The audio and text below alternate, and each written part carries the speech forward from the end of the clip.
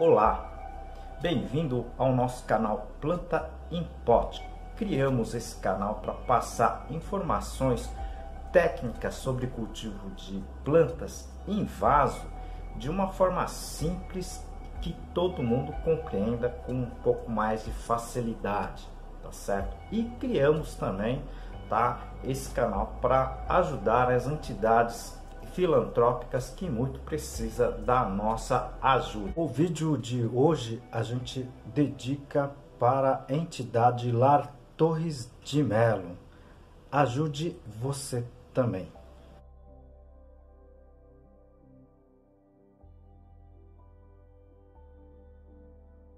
E ajude também o nosso canal. Clique no like, compartilhe esse vídeo com seus amigos que gostam de plantas, tá? Inscreva-se, tá certo? Isso ajuda muito o nosso trabalho aqui.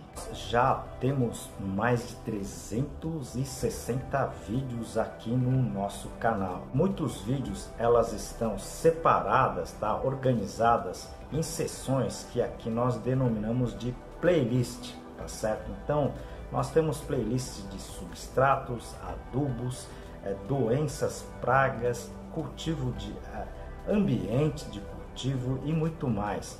Se vocês puderem assistir, seria bem interessante. Hoje estaremos respondendo as perguntas da semana. São as perguntas e respostas de número 44. Tá? Muitas perguntas bem interessantes e respostas bem técnicas, com uma linguagem bem fácil para todo mundo compreender. Fica até o final do vídeo, muitas coisas interessantes que a gente vai passar nessa sessão desses vídeos, ok?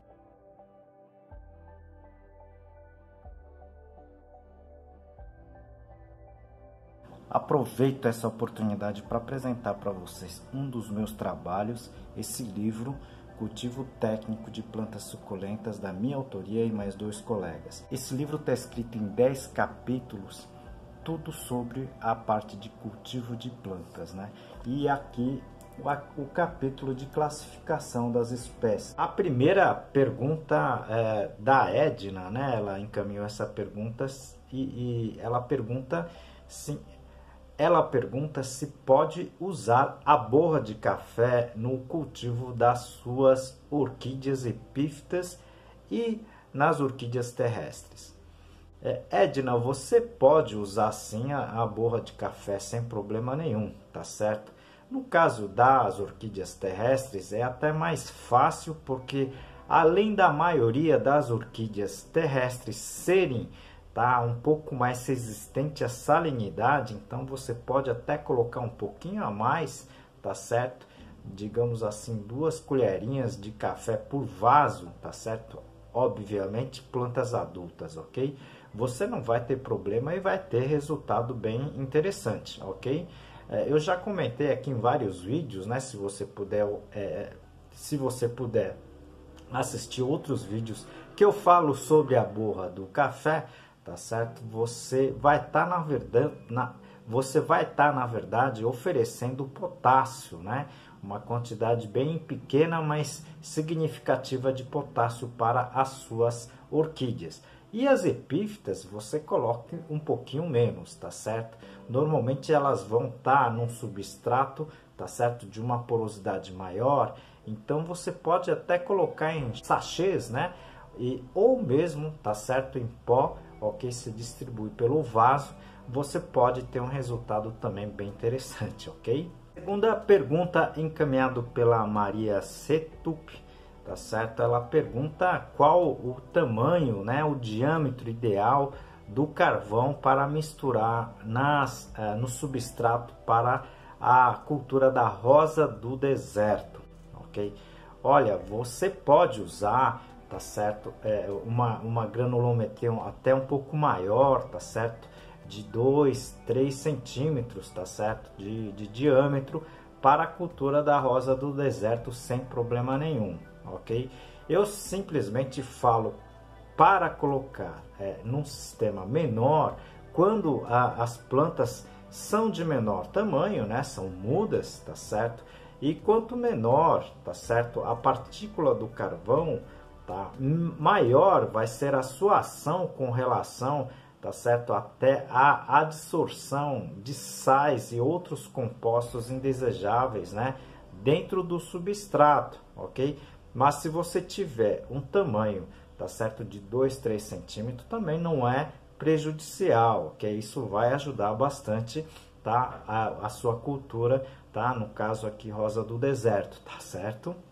A terceira pergunta, encaminhado pelo Ricardo, ele pergunta se o TNT ela consegue bloquear assim a entrada do ácaro, né, no meio de cultivo. Olha, dependendo do tamanho, né, do seu abrigo, ok? Ela sim pode bloquear a entrada, tá certo? Mas o ácaro, como ela é muito diminuto, né? Uma hora ela vai acabar entrando, tá, no ambiente de cultivo, tá certo, Ricardo? Não tem como, né? Porque você vai ter que, na verdade, saber conviver com os ácaros, tá? Principalmente se for um local, tá, que não tenha, digamos assim, irrigação superior, né? Ou mesmo a entrada de chuva fina, tá? Porque a chuva, tá, dependendo do tamanho das partículas, elas têm o poder ainda de derrubar os ácaros e assim você consegue conviver com os ácaros dentro das culturas, dentro do seu ambiente de cultivo, tá certo? A isenção completa do ácaro, eu acho meio difícil a gente conseguir, tá, nas condições do dia a dia que a gente vive. A não ser no espaço sideral, talvez a gente consiga, né, digamos assim, uma isenção dessa problemática que são os ácaros fitófagos, que são os ácaros fitófagos, tá certo? Fora isso, eu acho muito difícil você conseguir a eliminação por completo desses ácaros, tá certo? Aproveito esse momento para apresentar um dos meus trabalhos, esse livro Cultivo Moderno de Orquídeas, da minha autoria e de mais 2 colegas. Esse livro aqui está em 12 capítulos, eu vou apresentar para vocês a parte, tá, do controle de praga. A quarta pergunta, encaminhado pela Jade, né, ela me pergunta se pode esterilizar o substrato usando o micro-ondas, né? Bom, o micro-ondas, na verdade, é um equipamento prático, né, e de fácil uso. Eu confesso a você que eu nunca tentei fazer isso, tá certo? Mas eu acredito que não dê certo, né? Porque dependendo do substrato que você tenha, né, ela pode ter, digamos assim, películas que vão proteger determinados tipos de fungos, né, esporos de fungos, tá certo? Então, eu vou ficar devendo essa resposta para você, tá certo? Mas eu gosto, principalmente, de comentar aqui de um sistema econômico, né? A energia elétrica está cada vez mais caro, né?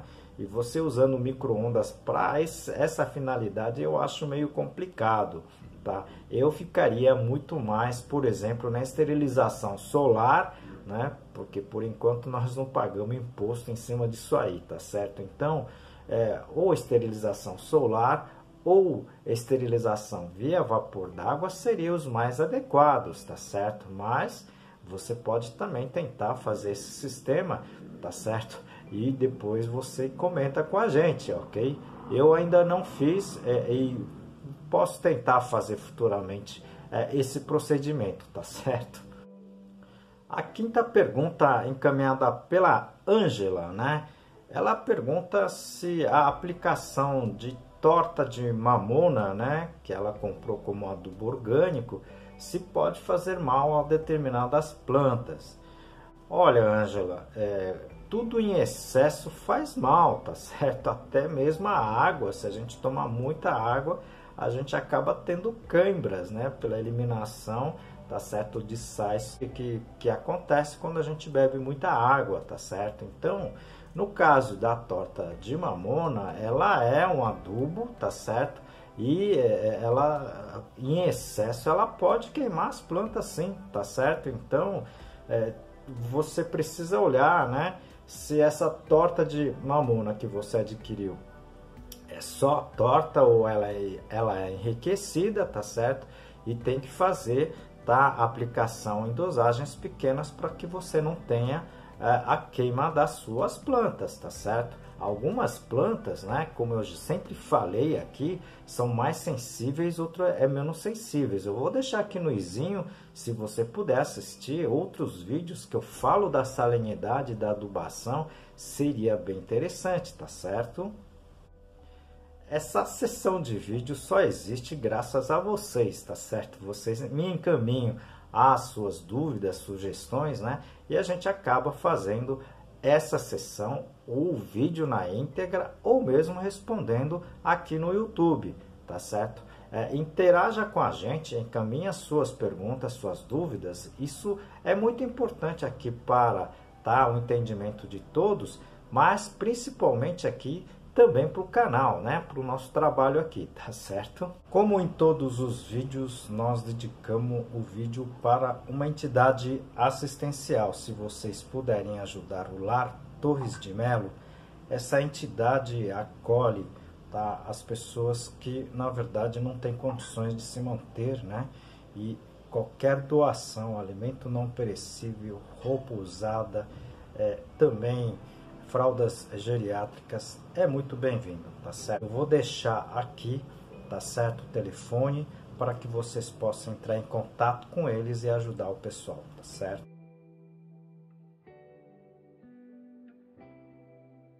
E ajude também o nosso canal, tá? Clique no joinha, tá? Compartilhe esse vídeo, inscreva-se no canal, tá certo? Isso ajuda muito o nosso trabalho, conto com vocês.